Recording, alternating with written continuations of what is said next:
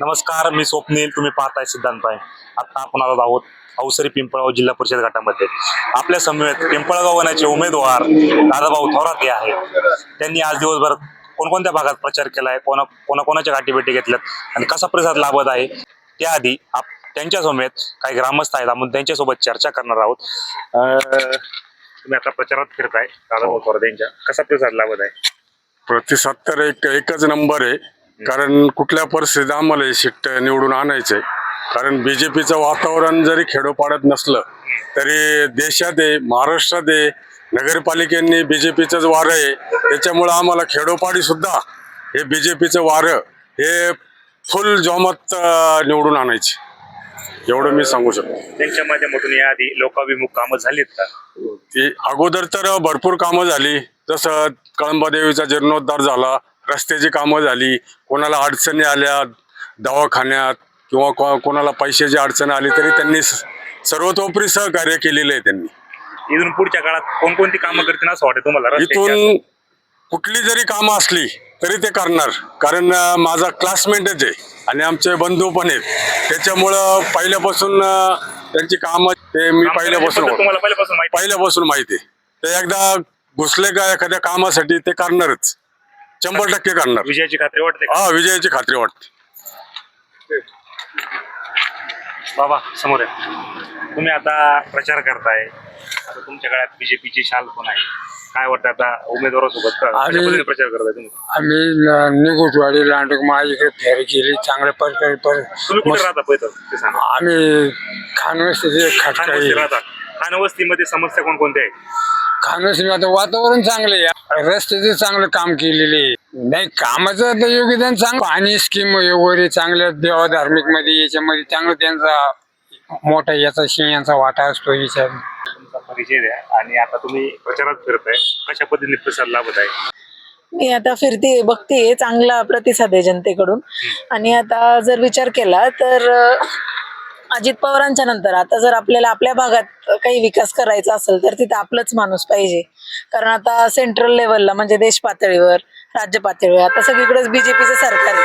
आणि आता जसं की अजित पवार नाही आहेत, म्हणजे आपल्या भागात त्यांनी याच्या आधी खूप विकास केलाय आणि आता ते नाही आहेत, तर असं कुणीतरी पाहिजे की ज्यांनी आपल्या माणसांनी जाऊन आपल्या विकासासाठी शासनाकडून काही योजना वगैरे आणल्या पाहिजेत. त्यामुळं हे निवडून आल्यानंतर तुम्हाला वाटते निधी खेचून आणतील का? आणतील 100% आणतील. कारण याच्या आधी ते ज्या बॅकग्राऊंड मधून आहेत त्यांच्या वडिलांनी पण भरपूर कामं केलेली आहेत आणि त्याच्यातही त्यांना मदत केलेली आहे. ज्या अर्थी त्या अर्थी ते स्वतःही खूप कामं करते.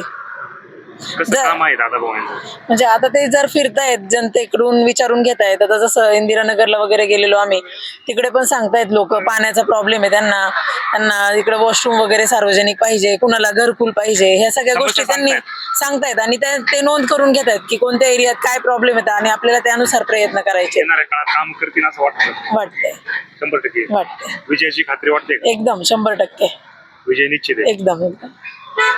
काय होते दादाभाऊ, आता तुम्ही प्रचार करता त्यांच्याबद्दल?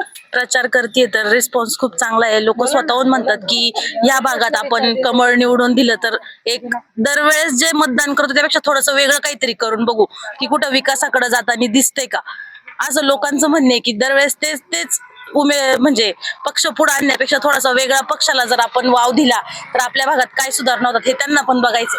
त्याच्यामुळे मला नक्कीच खात्री आहे की आपल्या इकडे भाजपाचं वारं फिरणार. भाजप येणार? हो, नक्की. येणार ना? येणार का? हा, विजय होणार. प्रचार करते मी दररोज. करताय तुम्ही? प्रचाराला दररोज असते. याआधी जे उमेदवार निवडून दिले होते त्यांनी काही कामं केलीत का? त्यांनी विकास झालाय का वाटतंय का? हा, केलेत कामं केलेत त्यांनी पण आता नवीन चेहऱ्याची गरज आहे. नवीन चेहऱ्याला संधी दिली पाहिजे असं वाटतं तुम्हाला? त्यामुळे आता दादाभाऊ थोरात यांच्या पाठीमागे उभं राहिलं पाहिजे असं हो म्हणतात. हो हो, आता दादाभाऊ थोरात यांनाच मत द्यायचं. तुमचं नाव सांगा. माझं नाव मनीषा पवार. दादाभाऊ थोरात हा, यांचा प्रचार करताय? हो, ते आमचे व्याईचे. हा, माझी मोठी मुलगी दिलेली त्यांना. ते घरात पण पूर्ण घरात म्हणजे व्यवस्थित आहेत त्यांचं सगळं. तर आता बाहेर पण असणारच आणि ते 100% निवडून येणार. त्यांना माझ्या आणि शुभेच्छा. शुभेच्छा देत आहे. हो, म्हटलं शुभेच्छा नको का? म्हणजे समाजात पण त्यांचं चांगलं नाव आहे. हा आहे. पाहुणे नरावळ्यांमध्ये नाव आहे. नाव आहे. आज प्रचारासाठी आले त्यांच्या. हो लांब आणि शिवाय माझ्या मुलीचा साखरपुडा आहे 6 तारखेला, तरी मी वेळात वेळ काढून प्रचारासाठी आले आणि ते 100% निवडून येणारच. असं आहे. हो. तुमचं नाव सांगा. माझं प्रमिला थोरात. तुम्ही आता प्रचारात फिरताय, कसा लोकांचा प्रतिसाद लाभतोय? खूप चांगला लागतो. दादा भाऊ शेठ हा चांगला लागतोय, म्हणजे सगळ्यांना, म्हणजे आम्हाला म्हणजे गॅरंटी आहे भाऊच येणार म्हणून. निवडून येणार. येणार. तर हे ग्रामस्थ महिला वर्ग होते. तर यांनी दादाभाऊ थोरात यांनी कशा पद्धतीने काम केलं याच्याबद्दल सांगितलं. लोकाभिमुख कामं यांच्या माध्यमातून झालीत. आता या ग्रामस्थांच्या आम्ही प्रतिक्रिया घेतल्या. चांगला प्रतिसाद मिळत आहे असं ते सांगताय. काय सांगा? आहे ना, चांगलं आहे, एक नंबर. हा, आता या ठिकाणी तुम्ही आता कोणत्या भागात प्रचार करताय? चांडवली. चांडोली. चांडवली खुर्द. चांडोली खुर्दमध्ये प्रचार करताय.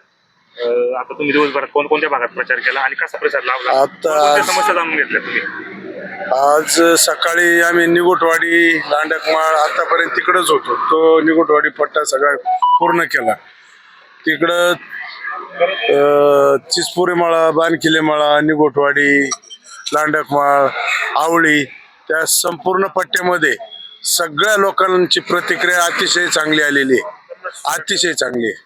म्हणजे अगदी प्रत्येक जणाला पर्याय म्हणतो आपण ना, त्यांना पर्याय उपलब्ध झालेला आहे आणि लोक आता प्रवाह मागत चालले निघणार आहेत याची खात्री आम्हाला वाटायला लागलेली आहे.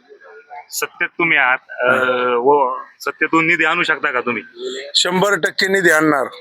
अगदी बीजेपीचा हा पक्ष असा आहे का तळागाळातल्या कार्यकर्त्याला ताकद देण्यासाठी, तळागाळातल्या कार्यकर्त्याची कुठलीही कामं असली तरी, निधीची कामं असू द्या किंवा काही समस्या असू द्या, अगदी वरच्या पातळीवरून तळागाळातल्या कार्यकर्त्याच्या समस्यांची दखल घेतली जाते आणि निधी सुद्धा उपलब्ध केला जातो. त्यामुळे आता तुम्ही आता नागरिकांना काय आव्हान करणार आहे? नागरिकांना मी असं आवाहन करीन की विजय आपल्या हातात, आपल्या अगदी नजदीक पोचलेला आहे.